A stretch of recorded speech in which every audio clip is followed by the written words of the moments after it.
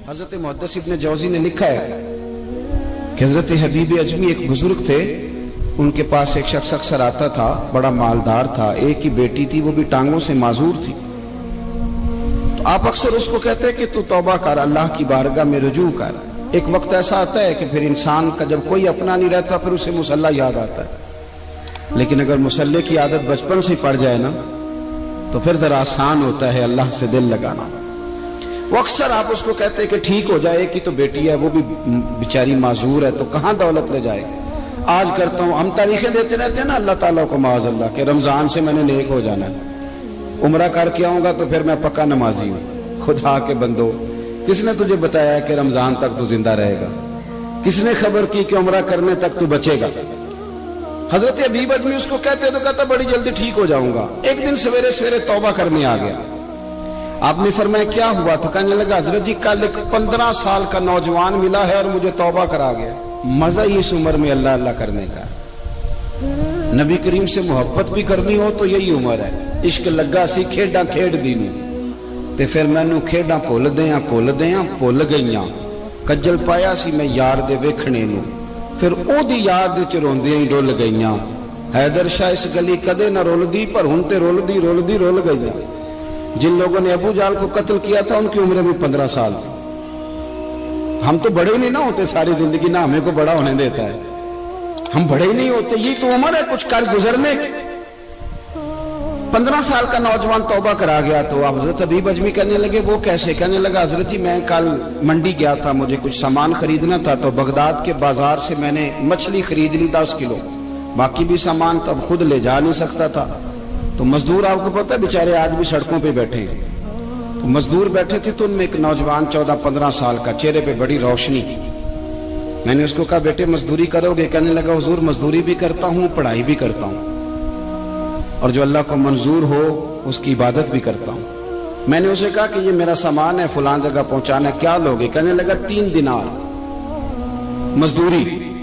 سودا طے ہو گیا، اس نے سامان اٹھا لیا۔ کہتے ہیں رستے میں ظہر کا وقت ہو گیا، کہنے لگا چچا اگر اجازت دو تو نماز پڑھ دو۔ 15 سال کا جواب۔ کہتے میں رکھ کے نا وہاں سامان تو پھٹے پہ بیٹھ گیا، وہ نماز پڑھنے چلا گیا، باقی لوگ دیر سے آئے، وہ بچہ جلدی آ گیا۔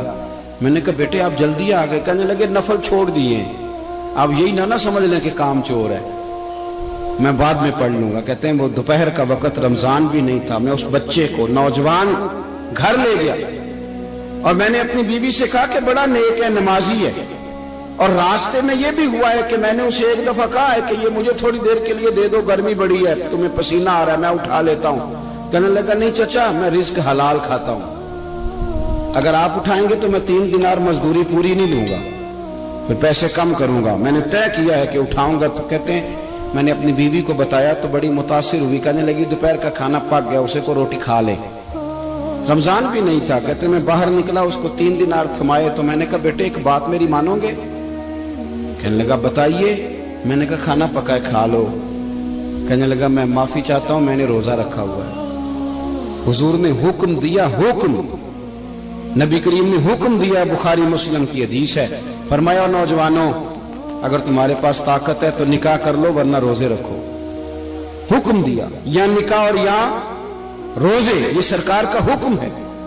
بھائی نفلی روزہ نفس کی قوتوں کو کچلتا ہے، انسان میں نورانیت اور روحانیت لاتا ہے۔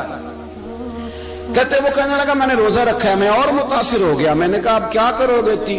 کہیں اور جانا ہے؟ کہنے لگا نہیں، میں جس دن 3 دینار کما لیتا ہوں پھر میں مزید لالچ نہیں کرتا، باقی وقت یا قرآن مجید پڑھتا رہتا ہوں یا نبی پاک پہ درود شریف پڑھتا رہتا ہوں۔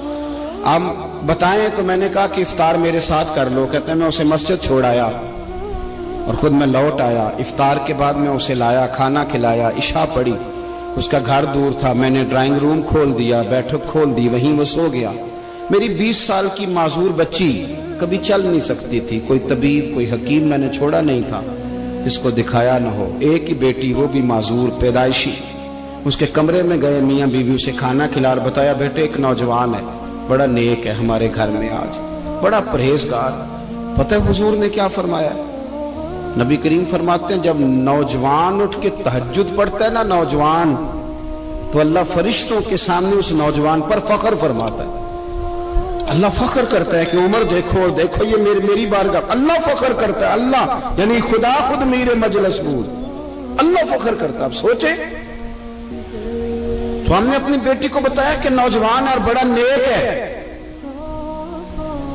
تو کہتے ہیں وہ کھانا کھلا کے ہم واپس آ گئے. آدھی رات کا وقت ہوا تو دروازے پہ دستک ہوئی. بچی اپنے کمرے میں سو رہی تھی, ہم اپنے کمرے میں, وہ بیٹھک میں. گھبرا کے اٹھے کہ اس وقت کون ہے دروازے پہ؟ تو بیٹی کہنے لگی ابا دروازہ تو کھولنا.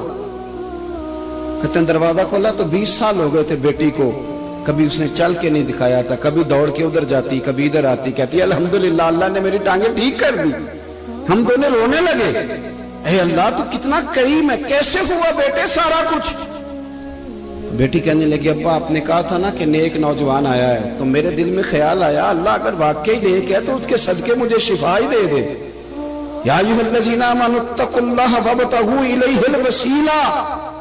تو کہنے لگی ابھی میری دعا بھی پوری نہیں ہوئی تو رب کریم نے فضل کیا ہے اور مجھے شفا عطا کر دی. کہتے ہم دوڑ کے اس کے کمرے میں گئے اور جب ہم نے ہاتھ رکھا تو دروازہ پہلے سے کھلا تھا, ایک خط چھوڑ گیا تھا. آج کل کے پیر کی کرامت ہوتی تو فیس بک پہ دے دیتا, باقیوں کو بھی ذرا بھول پتہ چلے. کہتے ہیں وہ خط چھوڑ گیا اپنے بستر پہ کہ اگر تم لوگوں کو مجھ سے محبت ہو گئی ہے تو میرے پیچھے نہ دوڑنا, اس رب کی بارگاہ میں جھکنا جس رب نے میرے اوپر بھی فضل فرمایا ہے اور آپ پر بھی کرم فرمایا.